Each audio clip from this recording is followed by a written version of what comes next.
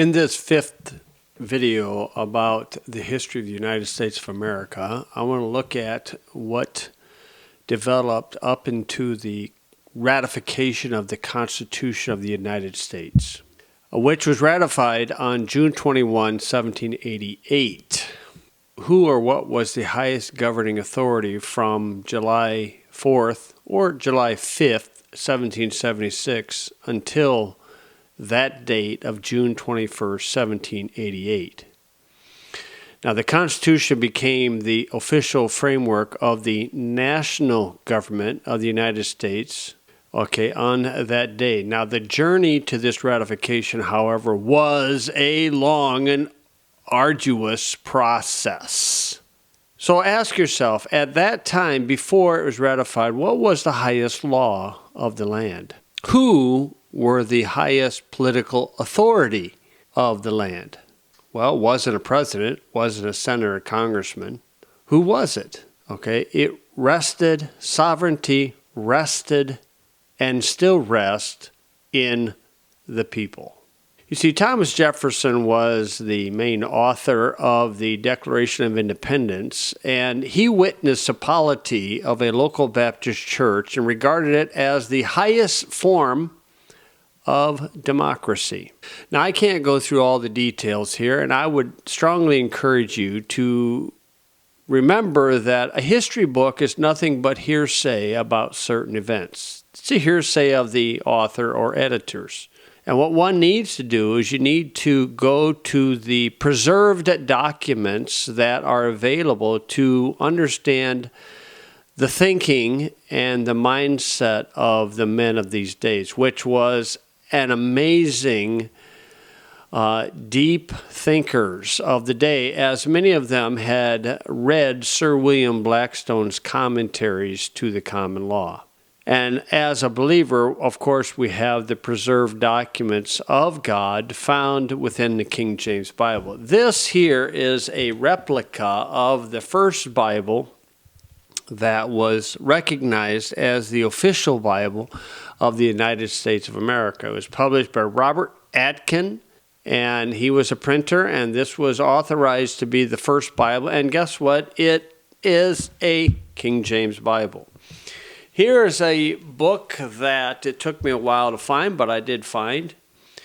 This is called the Documents Illustrative of the Formation of the Union of the American States. And what this contains is many of the written records of the men who helped found this country. This is a fascinating read. Of course, I haven't read the whole thing, but I'm going to cite a little bit from this. And what that does is it takes you back in time to see the vast wisdom of these men. Now, I'm not one to say that the Constitution is inspired. In fact, the great debate is some were strongly opposed to it and some were strongly promoting it. And Baptists were on both sides of that issue trying to figure out, should we or shouldn't we? Now, to review again, briefly, the reason for the independence was not a rebellion. It was not a revolution. King George signed an act called the Prohibitary Act, and it came into effect on January 1, 1776. And this was the driving force for the independence of the colonies. On February 27th, 1776, John Adams wrote a friend about that act, and he said this: "I know not whether you have seen the Act of Parliament called the Restraining Act, or Prohibitary Act, or Piratical Act, or Plundering Act, or Act of Independency," by all these titles it is called. And then he says, "It is a complete dismemberment of the British Empire. It throws 13 colonies out of royal protection, levels all distinction, and makes us independent in spite of our supplications and entreaties." He divorced them. On May 6, 1776, a paper was found in the handwriting of Patrick Henry, which reads in pertinent part, as the humble petitions of the Continental Congress have been rejected and treated with contempt, as the Parliament of Great Britain, so far from showing any disposition to redress our grievances, have lately passed an act approving of the ravages that have been committed upon our coast. And of course, that was referring to the Prohibitary Act. He wrote, "We, the representatives of the colony of Virginia, do declare that we hold ourselves absolved of our allegiance to the Crown of Great Britain." On May 14, 1776, a unanimous resolutions were passed for independence, and this was for Virginia. By a late act, all these colonies are declared to be in rebellion and out of protection of the British Crown, our property subjected to confiscation, our people, when captivated, compelled to join in the murder and plunder of their relations and countrymen. And it states that they are in independence. In the Declaration written by Thomas Jefferson, you can surmise the influence of Prohibitary Act, where he stated he has, referring to the king, abdicated government here by declaring us out of protection and waging war against us. So that was the reason for the Declaration of Independence. He writes in the Declaration of Independence, and when you look at it, and look at the title where the U on United is lowercase u, and that's vital. And it says that they are absolved from all allegiance to the British Crown. In the Paris Peace Treaty of 1783, finally the King of England confirmed that sovereignty rested in the people and each state. In essence, they became equal. Each individual became a king on his own land. Now, my friend, this has not changed. It has not changed. Sovereignty still rests within the people of each state. Now, the problem is counterfeits have risen to confuse the people. And most people voluntarily give up their sovereignty to this counterfeit. In Galatians chapter 5, verse 1, now I realize that this is referring to a spiritual liberty, but the same can be applied to national liberty, where Paul said this, "Stand fast, therefore, in the liberty wherewith Christ has made us free." Now, of course, we know that's referring to spiritual liberty, but yet the same can be applied in our national liberty. When the thought came up about a constitution for the national political agents, each of the states rested in their own sovereignty. But there's a problem developed because each state had like their paper script, monetary script, and it caused a very unstable economy between the states. And the national constitution that established gold and silver as the standard actually helped the economy stabilize, and it brought some stability between the states. But there was much debate amongst the states about this national constitution because there was a strong distrust of a centralized power. In the newspapers were published opinions by thinkers, men that were thinking, trying to develop this document that eventually became known as the Constitution for, not of, but for the United States. Most people will know about the Federalist Papers, but very few people will know about the Anti-Federalist Papers. The main leader of the Anti-Federalist Papers would have been Patrick Henry. And one of his great quotes was that suspicion is a virtue, not a vice. And he was highly suspicious of a centralized power. The main leaders of the Federalist Papers would have been John Jay and Alexander Hamilton. Now, a neighbor of James Madison, who was the main author of the Constitution for the United States, a Baptist neighbor, Pastor John Leland, influenced James Madison to add the amendments to the Constitution because it did not have any free exercise of religion. Now, the main doctrinal footing of many of these men was Calvinism, but it's kind of interesting how God worked in the free exercise of religion in this Constitution through the Bill of Rights by overriding the force of Calvinism.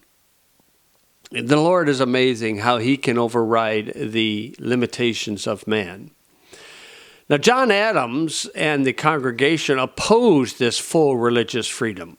So you had good men on both sides of this issue as far as seeking to be the Constitution ratified. But sovereignty still rests within the people. I know Calvinists don't like that idea. Yes, the sovereignty of an individual can override the sovereignty of God because it is God's will that all men to be saved and to come to the knowledge of truth. But a man in his own sovereignty can override the will of God. Now, to reveal to you the amazing influence in the founding of this country, the leftists, the liberals, the willful, ignorant people say that America was a secular nation. But if you go back and read these documents, you're going to discover that Christianity had a very, very strong influence.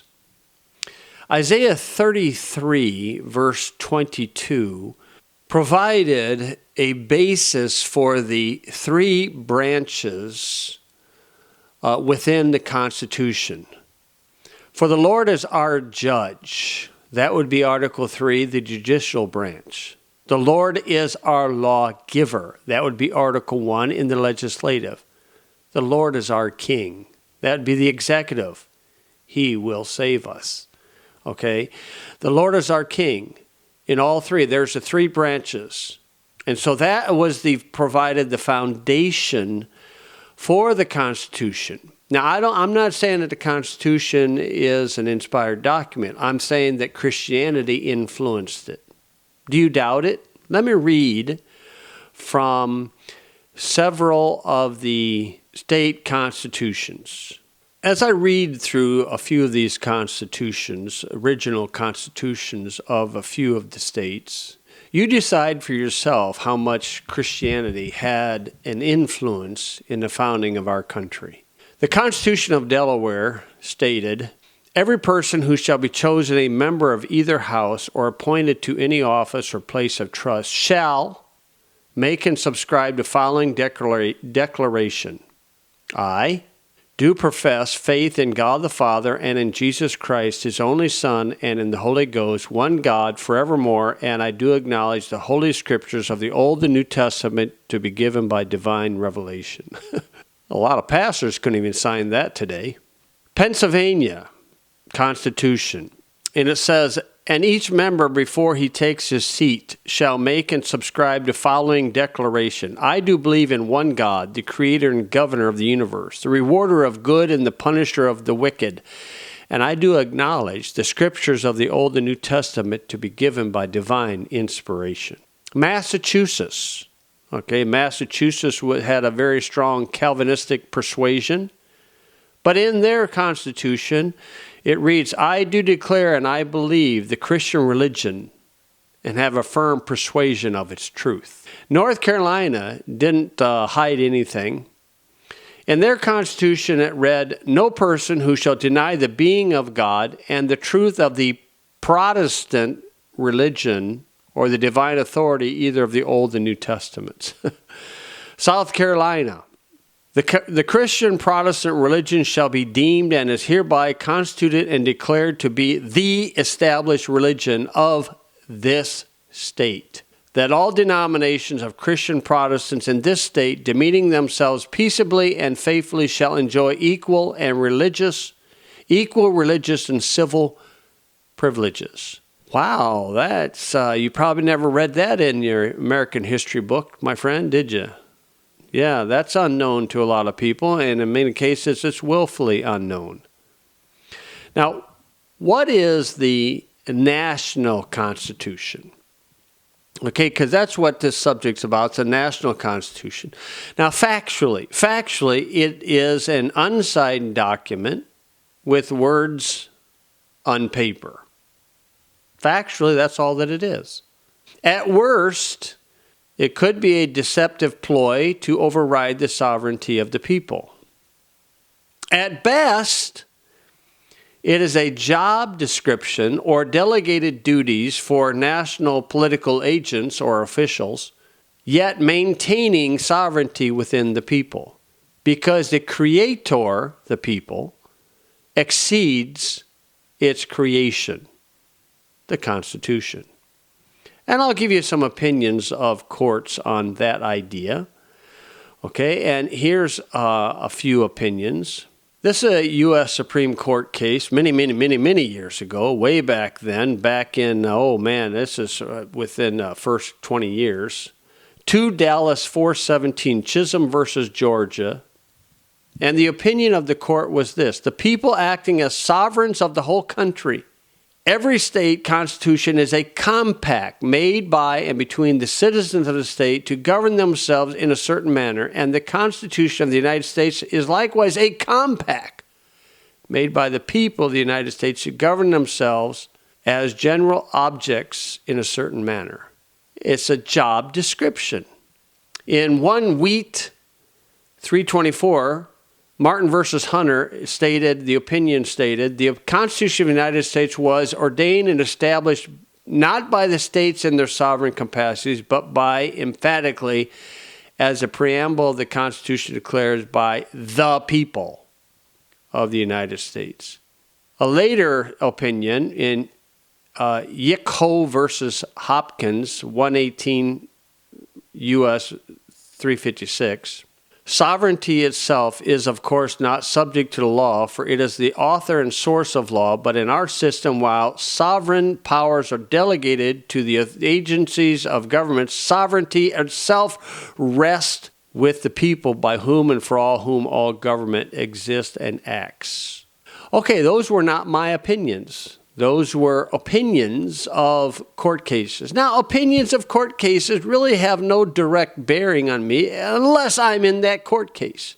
They're not law. They're not creating laws. It's just opinions. Now, where I live, the first establishing written document that provided a statement about the area northwest of the River Ohio. It's called the Northwest Ordinance. And it read, in pertinent part, it is hereby ordained and declared by the authority of aforesaid that the following articles shall be considered as articles of contract between the original states and the people and the states in the said territory, and forever remain unalterable unless by common consent. And Article 1 reads, no person demeaning himself in a peaceable and orderly manner, okay, that means BLM is out, shall ever be molested on account of his mode of worship or religious sentiments in the said territory. So people say, well, you Baptists, you Christians, you're trying to force your religion on us. No. You have a freedom to worship a tree if you want. I mean, you have a freedom to do that. I mean, what's the chaff to the wheat as far as I'm concerned?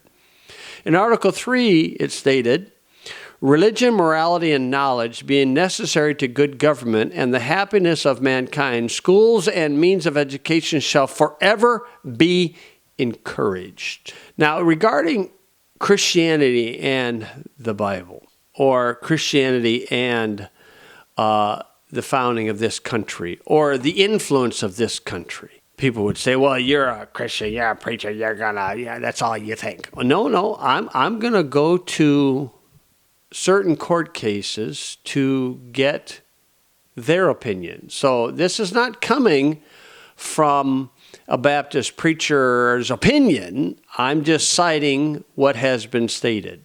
In 1799, there was a case, Runkle versus Weinmiller. An opinion of the court said this: by our form of government, the Christian religion is the established religion, and all sects and denomination of Christians are placed upon the same equal footing and equally entitled to protection to their religious liberty. Okay, a few years go by, 1811, the People versus Ruggles. The people of this state, in common with the people of this country, profess the general doctrines of Christianity as the rule of their faith and practice. In Pennsylvania, Updegraff versus Commonwealth, 1824, Christianity, general Christianity, is and always have been a part of the common law of Pennsylvania.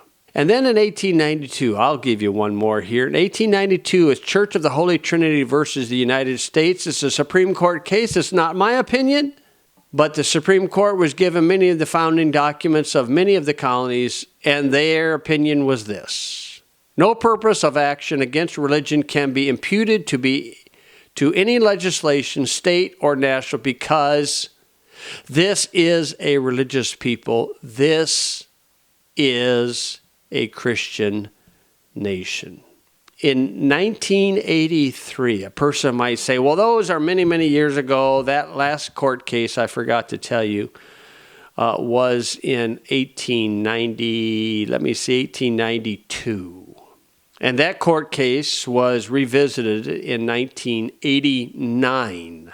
This document is a joint resolution between the Senate and the Congress, and it was a Public Law 97-280, and it was basically just claiming that 1983 as the year of the Bible, signed by President Ronald Reagan, where it says, whereas the Bible, the Word of God, has made a unique contribution in shaping the United States as a distinctive and blessed nation and people. Whereas deeply held religious convictions springing from the Holy Scriptures led to the early settlement of our nation. Whereas biblical teachings and inspired concepts of civil government that are contained in our Declaration of Independence and the Constitution of the United States. And then it quotes the words from President Andrew Jackson, the 7th president, that the Bible is the rock on which our republic rests. Wow, isn't that a tremendous heritage that we have in our country? The sad thing is that silent encroachments often deceive the people, and counterfeits deceive the people to voluntarily give up their liberties. And this has most certainly been made evident in the last 18 months of this pandemic. Now, President James Madison, I think the 4th president, warned people about this. And he said, I believe there are more instances of the abridgment of freedom of the people by gradual and silent encroachment of those in power than by violent and sudden usurpations. You see, my friend, the reason why I'm trying to encourage you to study, take some time and study our history, and I'm seeking to guide you to places where you could save time and get the books and study them, is that the man who does not know his rights or sovereignty is no better off than the man who has no rights or sovereignty. And the opinion of the Supreme Court in 116 U.S. 616, Boyd versus United States, the opinion of the court was this: it may be that it is the obnoxious thing in its mildest and least repulsive form, but illegitimate and unconstitutional practices get their first footing in that way, namely by silent approaches and slight deviations from legal modes of procedure. And as Paul encouraged the born-again believer to stand fast in the liberty wherewith Christ has made us free in the spiritual world, so Ben Franklin warned us that we need to also stand fast in the liberty for the national world, where he made this statement: those who will give up essential liberty to purchase a little temporary safety deserve neither liberty nor safety. May God have mercy on our nation, and may born-again believers seek to retain the tremendous Christian heritage that was birthed in this nation and still exists. But sadly, the church has gone toward apostasy.